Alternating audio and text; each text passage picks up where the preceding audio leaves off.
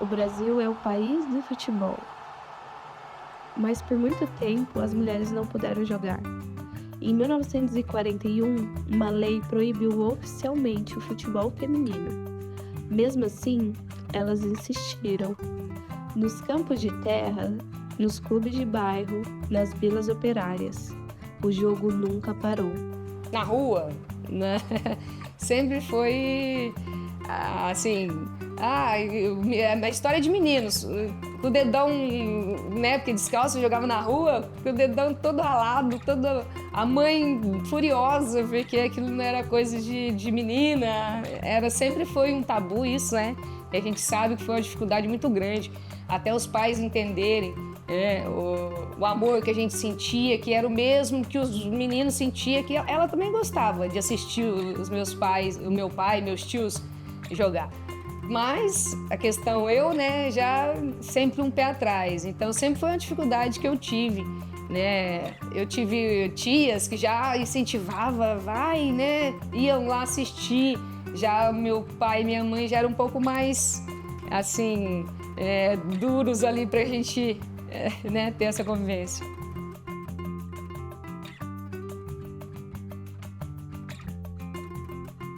A minha história eu comecei no sítio mesmo, nós tínhamos um campinho, né, de terra, meio terra e meio grama, né? E aí nós éramos bastante famílias, né? Até hoje nós somos 9 casas, nós somos em torno de 30 hoje, mas era em torno de umas 50 pessoas, né? E aí a gente brincava, os meninos com as meninas, tudo, né? Minhas tias jogavam, minhas irmãs, todo mundo jogava.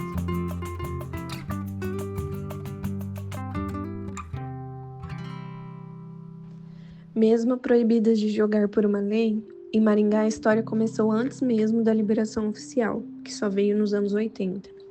O primeiro registro encontrado é de 1968, quando 2 times londrinenses disputaram um jogo de exibição na quadra do antigo Mercado Municipal, que hoje é o Shopping Avenida Center. Na década de 70, os primeiros torneios organizados na modalidade suíço mostravam que a paixão pelo futebol feminino já criava raízes na cidade.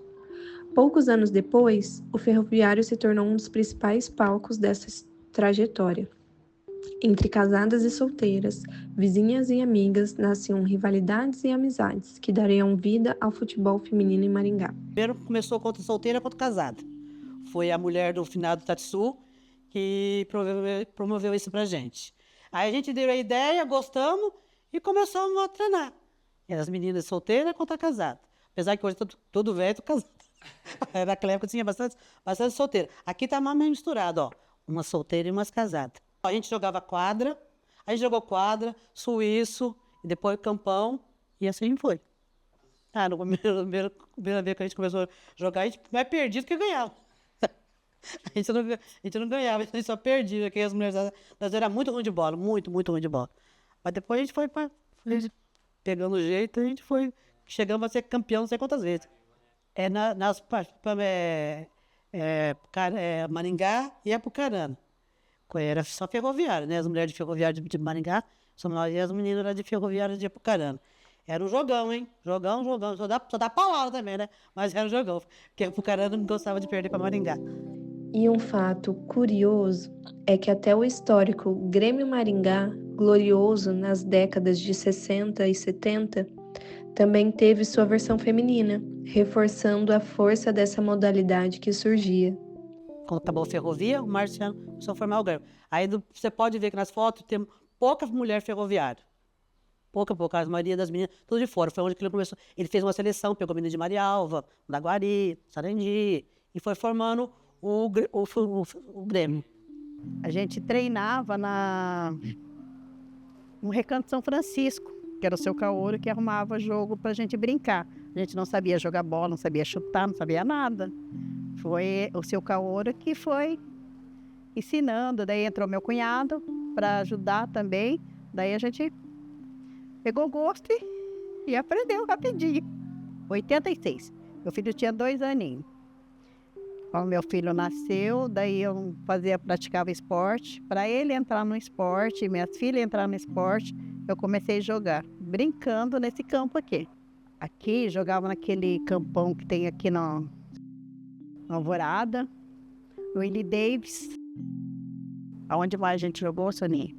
Anaé, No Recanto São Francisco. onde a gente era convidado. Onde a gente era convidado, a gente ia. Ivatuba.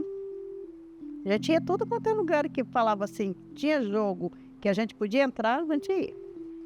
Era domingo de manhã, jogava contra a Cianorte, contra... Nossa, agora hoje eu não lembro mais. Eu sei que a gente jogava um monte de time fora.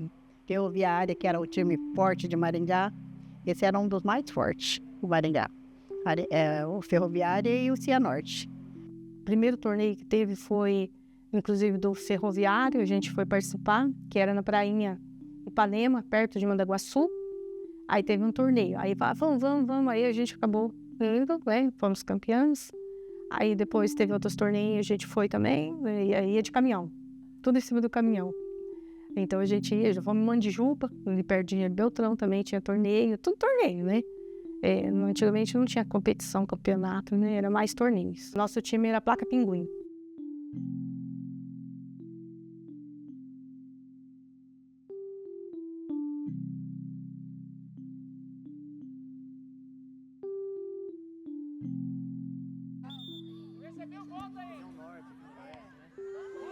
Não foi fácil. Havia preconceito, apelidos pejorativos, exclusão. Mas cada treino e cada gol era também uma forma de resistência. Nossa, eu ia nos lugares assim, e as pessoas falam assim, mas você não fica muito masculina, jogar bola? Mas você é feminina, ou você é homem ou mulher, né? Eles perguntavam mesmo, né? Eu falei assim, não, eu sou mulher, né? Eu falei assim, eu gosto, minha família gostava, eu aprendi com eles, minhas tias jogavam, né? Então eu gosto, né? É indiferente, né? Mas, assim, machismo tinha muito, muito, assim. Eles falavam que engrossava a panturrilha, que não sei. É sempre esse papo de homem, né?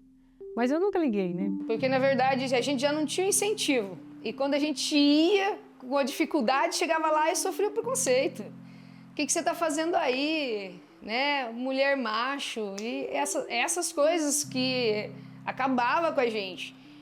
Eu tive muitas vezes que eu quase desisti por essa questão. Porque, além disso, as pessoas ainda conseguiam ir lá na cabeça dos pais, que já não gostavam muito, e dizer, sua filha vai virar homem porque está jogando futebol. Sua filha... Meu Deus, isso abala qualquer pessoa, psicológico e a família, né? Pai e mãe. A gente sabe que isso, o respeito por eles é o maior, né, da nossa vida. E o preconceito fazia isso. Judiava da gente. Judiava, assim, vamos dizer. Aqui a gente jogava, que conseguia formar com as mulheres, com a minha mãe e tudo.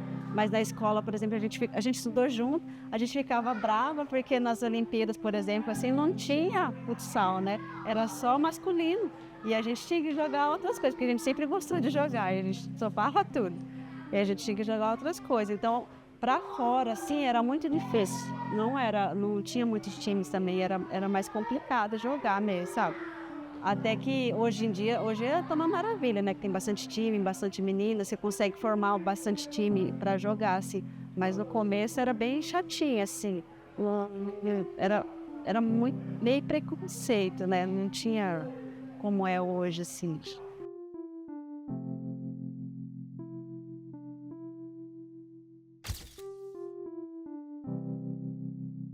Com o tempo, equipes como o Seleto levaram o Maringá ao auge. Foram títulos, confrontos contra grandes clubes e a certeza de que havia talento de sobra, mesmo sem apoio ou salário. O Seleto a gente começou em 1995, que aí o Lambari teve a ideia de fazer, né, uma associação para poder conseguir mais verbas, para conseguir os ginásios da prefeitura, o transporte da prefeitura, porque até então a gente tinha os patrocinadores, patrocinando, né? Eu mesma tirei muito dinheiro de vale, de férias, né, para investir, né? Então, aí depois a gente começou o apoio da prefeitura.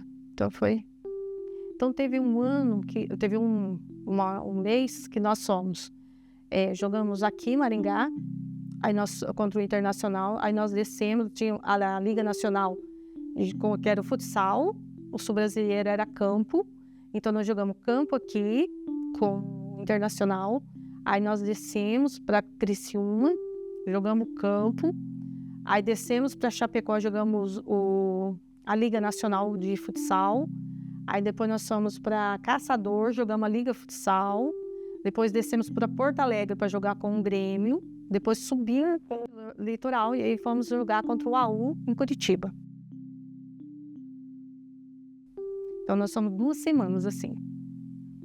Aí nós chegamos e fomos para o Brasileiro em Ubá, que foram 30 dias. Tudo de ônibus da prefeitura, às vezes quando na prefeitura, quando nós chegamos nessa competição, nós chegamos, já tinha outro ônibus aqui da prefeitura, nós só trocamos de ônibus e fomos para Ubá, Minas Gerais.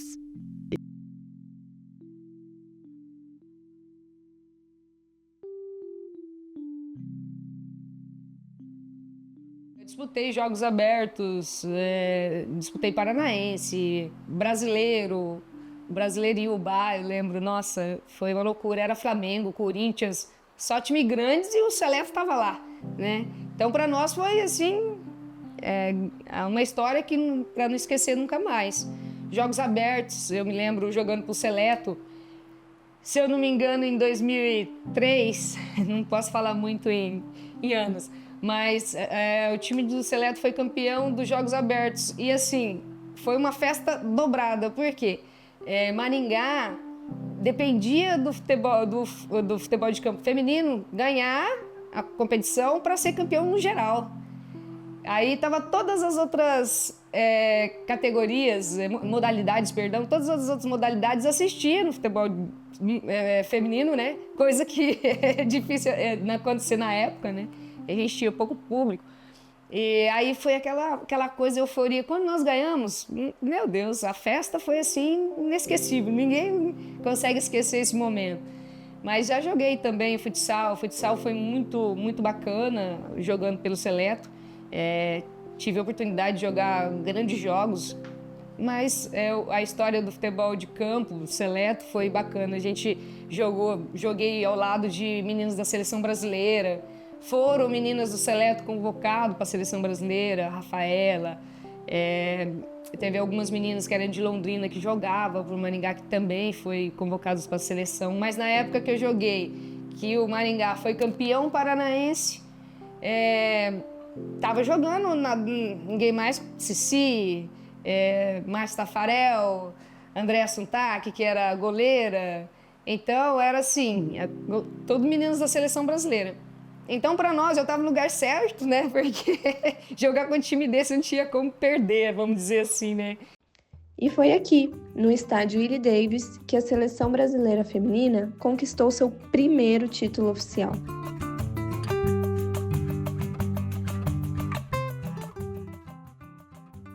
Um marco histórico que colocou Maringá no mapa do futebol feminino brasileiro. Não era apenas uma taça. E a taça não era apenas da seleção brasileira. Era de todas as mulheres. Uma vitória que mostrou, de uma vez por todas, que o futebol também era o lugar delas. E esse gosto de vitória também fez parte da vida das pioneiras de Maringá.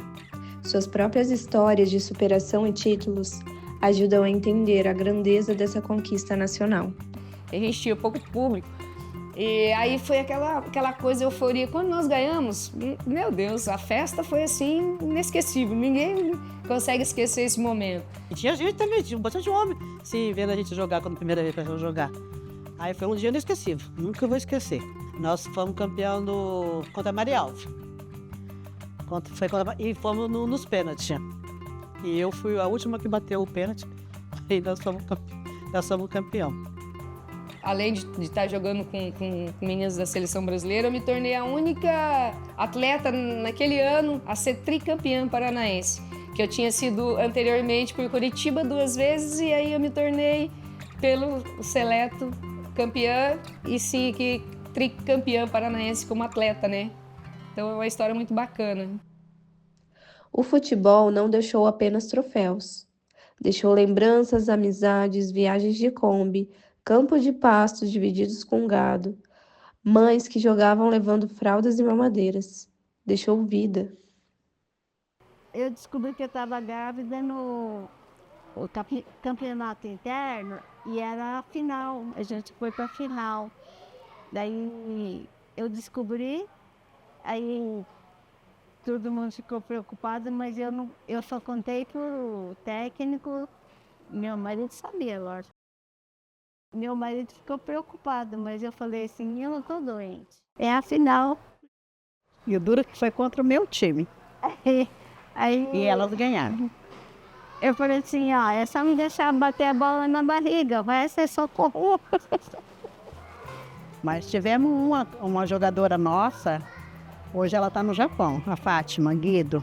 Ela jogou barrigudona, assim. Ela já estava de quase 8 meses. Ela jogava, corria esse lado todinho aqui, e mesmo grávida, ninguém conseguia pegar ela. Ela jogava muito bem, jogava muito. Então, a menina que jogava... Sempre tinha alguém para cuidar, sempre tinha. Nem meus filhos eram tudo pequenos. Levava e todo mundo, tinha um ou outro, sempre ficava andando para lá e para cá com as crianças. Até hoje tem ainda. Meu neto é prova disso, que meu neto tem 3 anos e meu filho joga bola e fica aqui, ó. Fica sozinho. Mas a gente fazia isso porque a gente gostava mesmo. Menino do céu, vou te falar uma coisa pra você. Pensa numa pessoa que amava futebol feminino, era nós. Eu amava. E naquela época, meus filhos eram pequenos. Olha, eu tive a Jaqueline em 85, você viu a data ali da foto ali, né? A filha era pequenininha. Aonde eu ia, eu levava ela. Levava fralda, leite, e levava negócio, levava colchão. A gente levava e eu jogava. Aí a Kombi quebrou. E a gente estava na Kombi, tinha uns que estavam de carro, mas as meninas tinham passado. E a gente lá na Kombi com o Hugo. E aí, onde a gente parou numa baixada assim, não pegava o celular, não pegava nada. Aí já estava todo mundo ficando nervoso, estava preocupado porque já era noite, já era um domingo à noite. E aí o Hugo subindo para tentar sinal, para conseguir socorro para vir buscar a gente. Quando você jogou no campo, que era pasto. Eu de outra cidade. Nós fomos jogar numa cidadezinha aí, eu não lembro qual cidade. E o campo era um pasto. Meu A Deus gente do céu. tinha que driblar a bola. E pular dos cocô da vaca. Esse foi o jogo mais marcante. A gente ria que jogo ganhamos ainda, que era um torneio, não era campeonato, era um torneio que a gente o dia inteiro, foi domingo o dia inteiro. E era um pasto. O campo era um pasto. A gente jogou ali, mas era só risada. A gente só ria. Mas naquele dia a gente ganhou. E uma vez jogando no Paranaense, né, campo, no Holiday, você foi no aniversário, eles fizeram uma surpresa. Tava o jogo para começar o jogo e quando veio o pessoal correndo para dentro do campo com um bolo, cantando parabéns para mim, né? Aí essas coisas são gratificantes.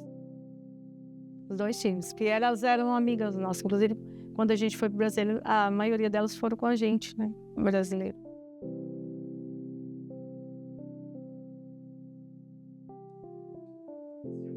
O futebol feminino continua, mesmo diante das dificuldades.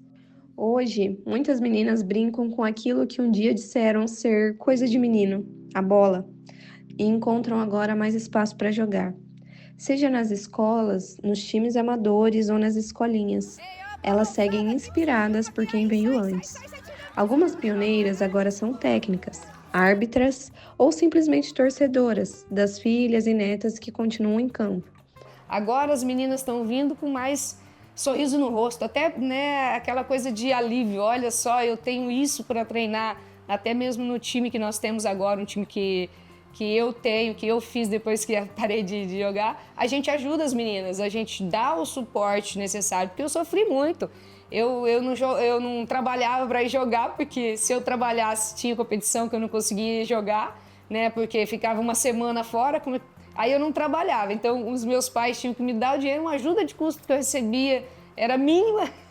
Então, quer dizer, era assim, uma dificuldade muito grande. Então, eu vendo isso, o que eu fiz? Eu falei assim, não, eu quero ter um time, mas eu quero ter um time no qual dê pelo menos o básico, né, do suporte para as meninas. Então hoje a gente consegue ter fisioterapeuta para ajudar, para auxiliar, a gente tem nutricionista que faz todo, a gente tem o próprio preparador físico, né, que também, a gente tem material que a gente consegue atender as meninas, entregar para elas como chuteiras, né, uniformes, roupa de passeio. Isso daí antigamente a gente pagava, né, até o uniforme.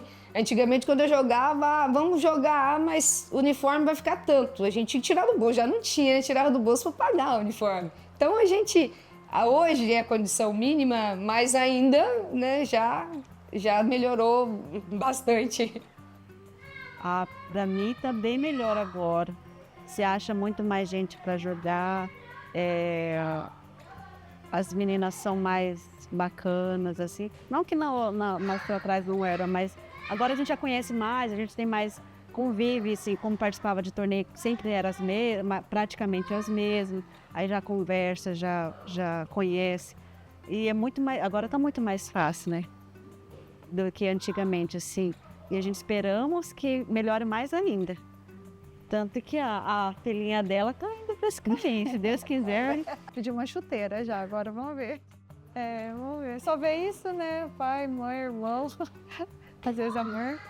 Então daí, quando eu parei com tudo, com a arbitragem, parei com tudo. Aí depois, quando eu me aposentei, foi a primeira coisa que eu fiz, foi voltar para a arbitragem. Aí hoje eu me dedico inteiramente para a arbitragem. Mas assim, é muito gostoso, assim, o esporte é um vício, né? Como eu não posso jogar mais, né? Aí hoje eu já fiz cursos, né? Eu tenho curso de futebol suíço, que agora tem o futebol suíço, né? Ele agora tem federação, futebol suíço. Vai ter competições, acho que vai ter mais ou menos 200 e poucas cidades de futebol suíço. Vai ser junto com o Piá Bom de Bola agora. Paraná Bom de Bola. E mais 50. Mais 50 nesse ano. E vai ter eu também estou no futebol 7, na Federação Paranaense Futebol 7, e no futebol de campo também. A Mayumi, a minha filha, a Carla, né? Jogava muito, que hoje ela não joga mais. São a idade delas, mas são as meninas, assim, eu falo mais elas são unidas. Eu gosto de ver isso, porque elas são bem unidas, que nem a Gisele e a Mayumi, são como se fossem irmãs, as duas. Pelo futebol, joga na escola, né? Jogava handebol, aqui jogava futebol. Então, hoje elas são comadre e são muito amigas pelo futebol. Que começou junto, que a mãe da Mayumi também jogou bola. Porque o que ficou não foram apenas medalhas, ficou um legado de coragem, resistência e esperança. Cada gol marcado hoje carrega um pouco da história de ontem. E Maringá, para sempre, será lembrada como o berço da memória do futebol feminino brasileiro.